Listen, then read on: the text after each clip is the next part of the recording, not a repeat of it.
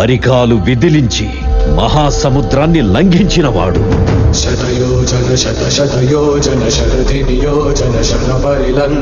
రాక్షస సైన్యాన్ని మట్టుబెట్టి రావణుడి సింహాసనాన్ని కంపించినవాడు.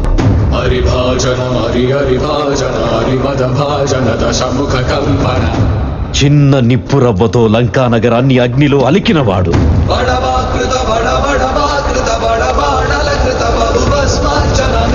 త్రేతాయుగంలో రాముడి నీడయ్యాడు.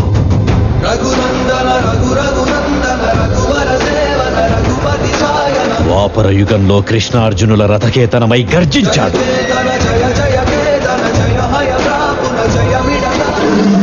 కలియుగంలో ధర్మం కోసం పోరాడే ప్రతి ఒక్కరి వెంట ఉన్నాడు. నీ వెంట ఉన్నాడు.